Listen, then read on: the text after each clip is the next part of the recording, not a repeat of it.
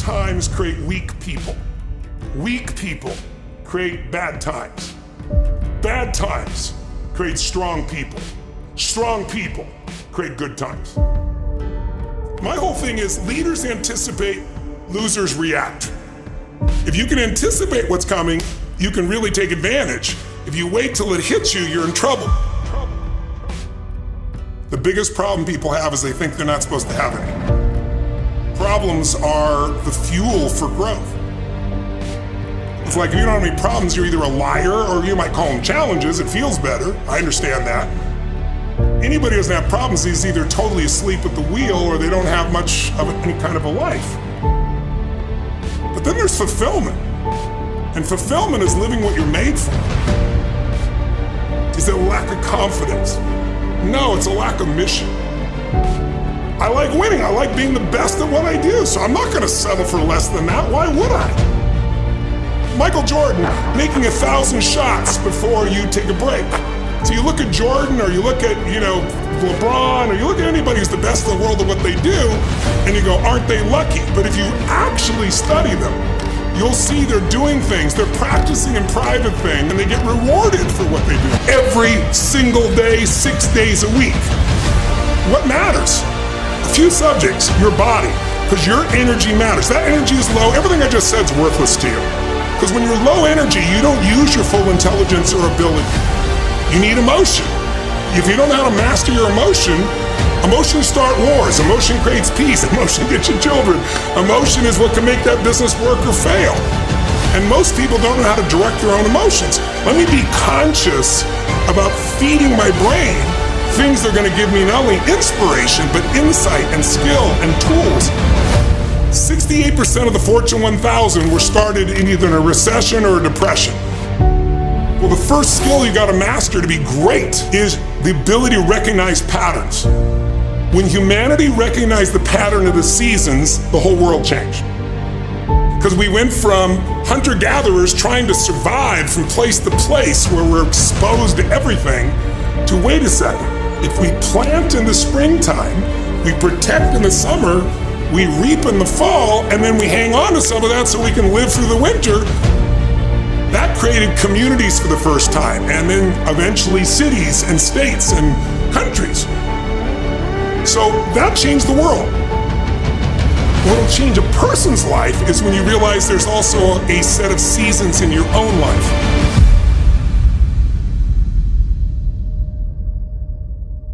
And so think of it this way, 0 to 21 is springtime. Things are easy to grow in springtime. You don't have to do that much. Growing as a kid happens naturally. But overall, life is supporting you. It's sending you, teaching you, sharing with you. Now, when you get from 21 to 41 or 22 to 42, whatever range you want to talk about, you now are in the real world. And now you go test what you learned in your springtime. So you start to learn, test, figure out what's real. And it's an important stage of life. 42, 43 to 62, 63 is the power of your life. If you worked hard in the spring and the summer, and you put yourself out there and you planted, it's a reaping time. It's a time when you really become a leader. And then if you're lucky, you go from 63 to 83 and maybe 83 to 103, and you have an extended final season of your life where you get to be the mentor, you get to share. You get to make a difference. And maybe towards the end of your life, people look out for you again after you looked out for everybody else. That's kind of the cycle of life. What if you're born in 1910? World War I ends, the world looks like it's a great place, new technology, cars, radio, and then what happens? An explosion of abundance, the roaring 20s, and so you're a kid, you're 14, 15 years old, and you're like, I can't wait to get a car, to go. But what happened when that person hit the next stage of life at 19, 20, 21 years old? As they came of age, it's 1929.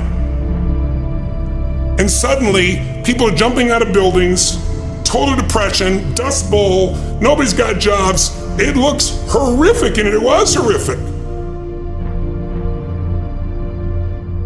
But did they get a break? No, when they turned 29, it's 1939. It looked like the whole world was gonna end. Hitler was sweeping across Europe, bombing London. It literally looked like the world as we know it was over. This is what gives me great optimism for everyone watching here. Winter's not forever. No pandemic lives forever. Everything changes and everything ends. And the good news about winter is it's always followed by springtime. What follows the night? The daytime. What a cool way to set it up if you were God or the universe. The first thing I do every single morning is I go in freezing cold water. And when you jump in, it never feels good to go in, but getting out, you feel incredible. But I do it for a different reason. I do it to train my brain to say, when I say now, it means now. When I say go, we go. I don't stand there because it's cold and go maybe in a minute when I'm ready. But I always do it because I've trained my brain. This is how we work. And if you train your brain to do that every single day, then it'll do it on the more difficult and important things in life. But the essence of it is, I change my body radically, and I do 3 things to make sure that my brain is primed. And what I mean by primed is, most people think their thoughts are their thoughts, Lewis, and you and I know better. Most people just don't understand that you are being primed all the time, and unless you prime yourself, you're gonna be primed by the environment. So I wanna take control of my brain, so I do 3 quick things. 1, I take 3 minutes of those 10 minutes, after I've changed my body, and I focus on 3 different events in my life that I'm grateful for. I usually pick 2 big ones and 1 small one. It could be as simple as a smile on my daughter's face, and it changes your biochemistry. Then real fast, I do this 3-minute process that's kind of like a blessing, and then 3 minutes, the last 3 minutes are called 3 to Thrive, where I focus on 3 things I want to accomplish, but instead of thinking I want to accomplish, I see, feel, and experience it as done. I feel grateful, I celebrate it, and it trains your brain. So in 10 minutes, I'm done. 3rd thing that I'll do, I immediately send a message or a text or an audio message to somebody as a sincere compliment. And I don't go, dude, great job, or wow, you're cool. I say, listen, I saw you on Tuesday with those kids, and I saw you take that extra 20 minutes no one else did. And I just want you to know, I saw that, I thought that was incredible. So I'm always very specific so they know it's not just some positive thinking bullshit call, it's sincerely doing it. It makes me constantly look for the good in the people I work with. 4th thing I do is whatever I don't want to do, the most challenging part of the day. What's a story we all love? It's the comeback story.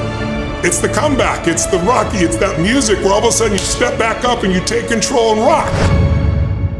Good times create weak people. Weak people create bad times. Bad times create strong people. Strong people create good times.